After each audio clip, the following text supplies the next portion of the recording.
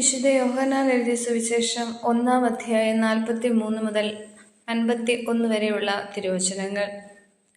പിറ്റേ ദിവസം അവൻ ഗലീലയിലേക്ക് പോകാൻ ഒരുങ്ങി.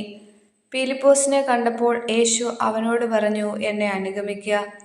പീലിപ്പോസ് അന്ത്രയോസിൻ്റെയും പത്രോസിൻ്റെയും പട്ടണമായ ബത്സയിദായിൽ നിന്നുള്ളവനായിരുന്നു.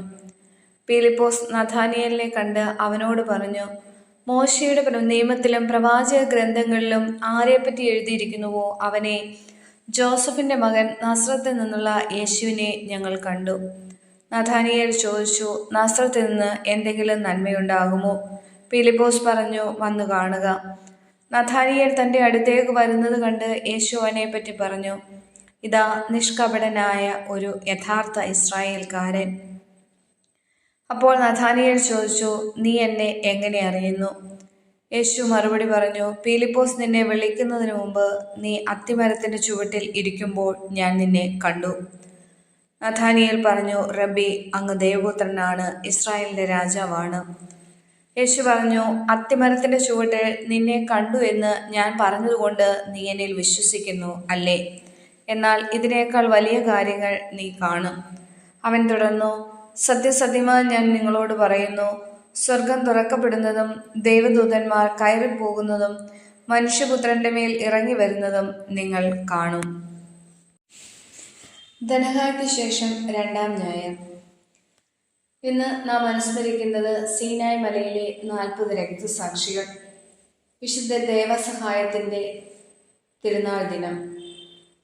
ഇന്നത്തെ തിരുവചന ഭാഗത്തിൻ്റെ മുഖ്യ പ്രമേയം ശിഷ്യത്വമാണ്. യേശുവിൻ്റെ ശിഷ്യന്മാരായ പീലിപ്പോസും നഥാനിയേലും എങ്ങനെയാണ് ശിഷ്യഗണത്തിലേക്ക് ചേർക്കപ്പെട്ടത് എന്ന് വ്യക്തമാക്കുന്നു. ഒരിക്കൽ കണ്ടുമുട്ടിയാൽ പിന്നീട് മറ്റുള്ളവരെയും യേശുവിലേക്ക് കൊണ്ടുവരിക എന്നത് ഈ വിളിയുടെ ഭാഗമാണ്. ദൈവജനം കാത്തിരുന്ന മിശിഹായെ കണ്ടെത്തിയെന്നാണ് പീലിപ്പോസ് വെളിപ്പെടുത്തുന്നത്. മോശയും പ്രവാചകന്മാരും പറഞ്ഞതിൻ്റെയൊക്കെ പൂർത്തീകരണം യേശുവാണെന്ന് അവൻ തിരിച്ചറിയുന്നു. നഥാനിയേൽ യഹൂദ നിയമത്തിലും പഴയ നിയമ പ്രവചനങ്ങളിലും വളരെ പാണ്ഡിത്യമുള്ളവനായിരുന്നു. കാരണം പീലിപ്പോസിന്റെ വാക്കുകൾക്ക് മറുപടിയായി നസ്രത്തിൽ നിന്ന് എന്തെങ്കിലും നന്മയുണ്ടാകുമോ എന്ന് ചോദിക്കുന്നു. പീലിപ്പോസ് പറയുന്നു, വന്നു കാണുക. നഥാനിയേൽ യേശുവിനെ കണ്ടുമുട്ടുന്നു. ഈ കണ്ടുമുട്ടൽ അവന് വിശ്വാസത്തിന്റെ കണ്ണുകൾ നൽകുന്നു. പീലിപ്പോസ് തന്നെ വിളിക്കുന്നതിന് മുമ്പ് അത്തിമരത്തിന്റെ ചുവട്ടിൽ തന്നെ കണ്ട ഒരുവനിൽ നഥാനിയേലിന് വിശ്വസിക്കാതിരിക്കാനായില്ല. നഥാനിയേൽ ഏറ്റു പറഞ്ഞു, റബ്ബി, അങ്ങ് ദൈവപുത്രനാണ്, ഇസ്രായേലിന്റെ രാജാവാണ്. എന്നാൽ യേശു പറയുന്നു, ഇതിനേക്കാൾ വലിയ കാര്യങ്ങൾ നീ കാണും.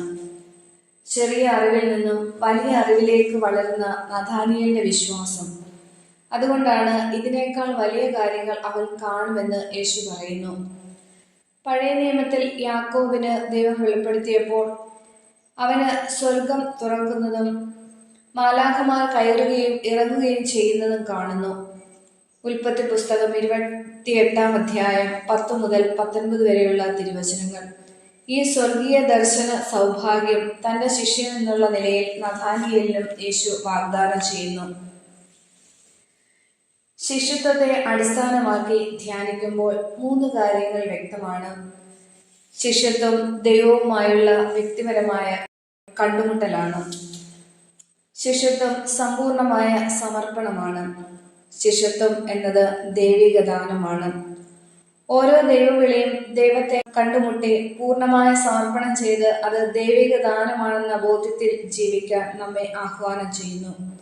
ഈ 3 കാര്യങ്ങൾ ഒരു വ്യക്തിയുടെ ജീവിതത്തിൽ പ്രാവർത്തികമാകുമ്പോൾ 3 കാഴ്ചകൾ ലഭിക്കുന്നു.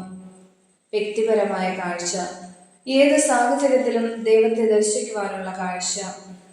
ദൂരക്കാഴ്ച, ഇതിനേക്കാൾ വലിയ കാര്യങ്ങൾ നീ കാണും. ശിഷ്യന്റെ മുമ്പിൽ ലക്ഷ്യമായി വരേണ്ടത് സ്വർഗമാണ്. ഉൾക്കാഴ്ച, ഇവിടെയാണ് ശിഷ്യത്വം ദൈവിക ദാനമെന്ന് തിരിച്ചറിഞ്ഞ് നിങ്ങൾ എന്നെ തിരഞ്ഞെടുക്കുകയല്ല, ഞാൻ നിങ്ങളെ തിരഞ്ഞെടുക്കുകയാണ് ചെയ്തത് എന്ന ബോധ്യം. ആഴമായ ബോധ്യത്തിൽ നിന്ന് ക്രിസ്തുവിനെ പ്രഘോഷിക്കുവാനുള്ള വിളിയാണ് നമുക്കുള്ളത്.